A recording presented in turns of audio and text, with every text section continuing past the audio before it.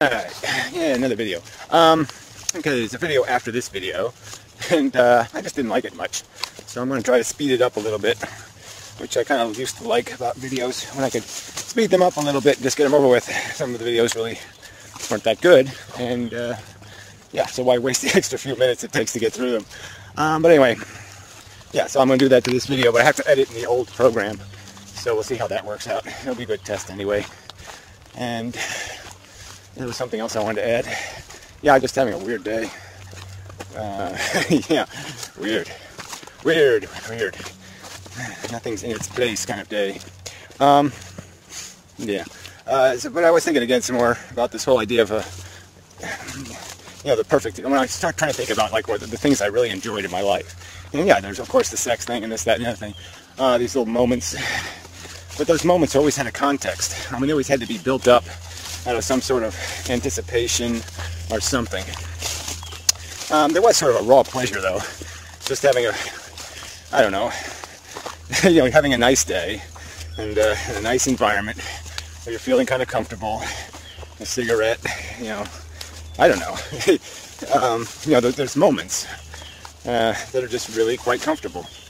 But yeah, when you add them all up, it just isn't enough to justify all the crap that has to be piled on to make that, to make you even realize, to make you relievable. I guess that's a good way to put it. I have to work on that concept. That, so much of our pleasure is really just achieving relief from burden, relief from worry, relief from irritation, relief from, I have to think of a lot of other relieving words. But yeah, you're kind of clean of any kind of ache or pain or nag or crap. You're just very comfortable. Yeah, anyway, I have to work on that. So anyway, more video to follow and such. Better luck next time. Yeah, so only watch the rest, I guess, if you have nothing, literally. I mean, I would say better to do, but you can't really tell whether you have something better to do because you don't know how bad it is. It isn't really that bad. It's almost atypical of my videos, but I just feel like it's underdone. Yeah, I mean, this add-on isn't going to help any, but we'll see. Till next time, and such. Alright, hit the button. Yeah, I'm really tired. Yeah. Anyway, video. I'll make one. Yeah, not much news, but there was just these little comments here and there, and Chaz Charlton, the guy, made a video, and again, kind of griping about this anti-natalism not having an end, a sellable end game, or something like that, and that there's some sort of point in basically lying about the truth, coming up with some kind of lesser ambition, like reduce human population, and just play along with that idea, and then somehow spring the truth on people at the end, and say, no, the real mission is to just finish it off. I just don't see why. What is that? What's the lesson in that? Is that lying is more effective? Fine. Really isn't my game though, so I'm not going to pretend I'm for some lesser solution. Reducing human population is great. It's not going to solve the problem. It's not going to fix nature at all. That's for certain. It's not going to do the rest of the sentient beasties any good. The more, actually, the less demanding humans are on resources, the more nature they can give back to nature, the less I'll like it. I don't want nature to be given back any territory. Yeah, I want it cemented over. I want it made as sterile as possible. So I'm not really going to go for that one. Yeah, I just don't see the point of the lie, and that's what it comes down to. So, yeah, I'm all for if somebody wants to push some policy. I mean, I've done it on YouTube. My voucher system, different ideas for reducing human population. Yeah, it's a separate argument. People aren't buying that argument either. People aren't buying a piece of anything that has the word get real or take responsibility for our existence. They aren't buying anything that has any kind of imposition tied to it. So, what's the difference? I mean, we can't sell any of these ideas on YouTube anyway. So, I just don't see the point of the critique. The fact is if you have the argument, if you make the argument well enough, if it's the truth, I think people will understand it, and yeah, it'll work, quote unquote. You will be able to convince people. yeah, we're just not there yet. It's not concise enough. It hasn't been perfectly created. The joke hasn't been perfectly refined, so it makes everyone laugh, however you want to look at it. And yes, that's what's missing, that refinement. It's missing the Hollywood celebrity endorsement and the other crap that goes along with what defines pop culture, popular memes. But to say the argument can't be made, I think it's bullshit. And to say there's some point in this incremental thing, well, I think, it's way past time to hit the panic button. We don't change things radically soon. There's not going to be any change possible. It's going to be a world of that's going to be pretty disgusting. And that's just the way it is. There's not going to be any conversation. This is going to be a slow, dismal death for human civilization. So, I kind of say bullshit to pretending the real argument isn't about the fact that life is, in fact, it's made up. It's completely an illusion. There's no valid accomplishment in any of this stuff. It's merely chasing its own desire, chasing its own deprivation, its own negative. That's all. You're just repairing a house you broke. I don't even know there's so many ways to put it. But yeah, there's just no point. It's like an irrelevant top spinning, and you're just keeping it spinning because it was spinning when you got there. And you just say, well, that must be the better state for a top to be in, is spinning. Well, there's no evidence of it. There's no proof of it. There's no reason to believe it. So this whole pretense that that we shouldn't go where the truth is, that we should go to some half-truth, and forget that. Anyway, I'm not doing it. Yeah, at least not yet. Not until I'm convinced that that's necessary, that that's the only road to the future, is to start lying. Fuck that. So, anyway, God, I'm just dead tired. I feel creepy. Anyway, other subjects. Yeah, well, this stuff always comes up. These people keep talking about, life. Chaz did it in his video. Well, when life gets better, no one's going to be convincible. As population reduces, life will get so much better. I don't think so. This whole idea of heaven, no one's ever described one of these places realistically, these heavens. You can sort of get an idea in your head, but you kind of know, that probably won't work. The only way I've been able to do it is to create a virtual world where you have unlimited possibilities. You have unlimited variation, so you can never get bored. You can always be challenged.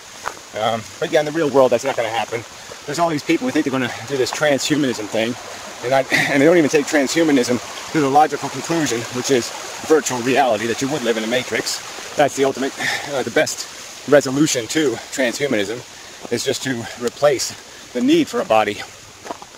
But this whole idea that, we're going to have robots and we're going to do all this stuff with, limited resources in a world where people hate each other, I really don't see that working. And even again, if you have it, you just acclimate to it. It'll just become part of the same old stuff that bores you now. So what's the point? You're not going to be satisfied, any more satisfied. You're still going to need something to chase. You're going to need some sort of deprivated negative state to recoup from. You're going to need some sort of negative ego points, so you need to enhance your ego. So you're going to have to chase that kind of bullshit. That's all it's going to be about. So we're going to have to give you pain for you to have any potential for real gain. And that's the way the system works. And that's why no one's ever described as heaven, because everybody knows, it really isn't as perfect as everybody thinks. And no matter what it is, it certainly isn't going to justify all the crap that goes on in nature. And I still don't think, these people keep talking about, we have perfect pain control and perfect this and perfect that. And, I don't think so.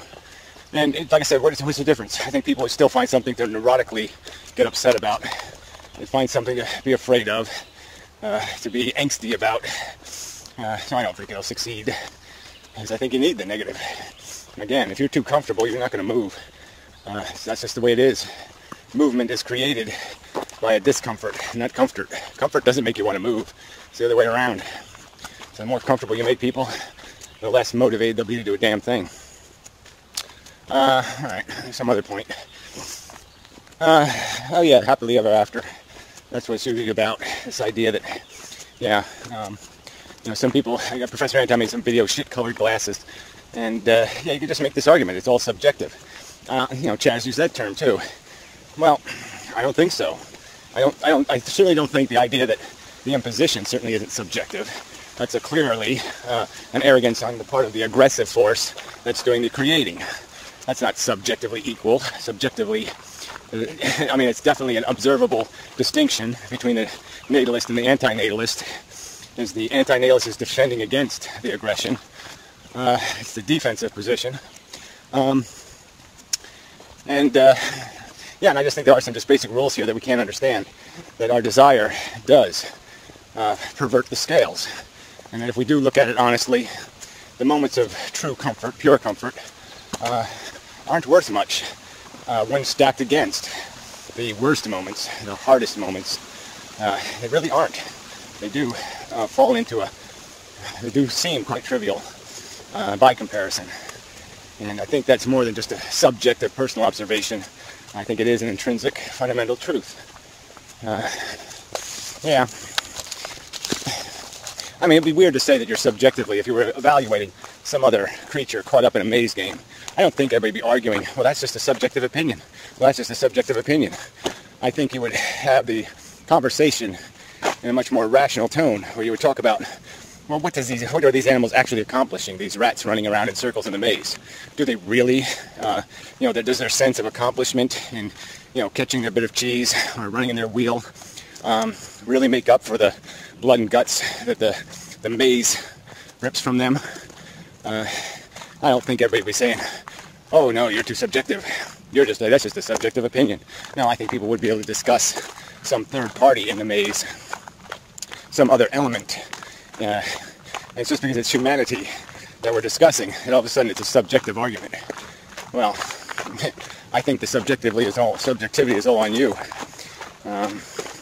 because you don't really have any way to defend us, any way to say that the experiment has any purpose or use or function.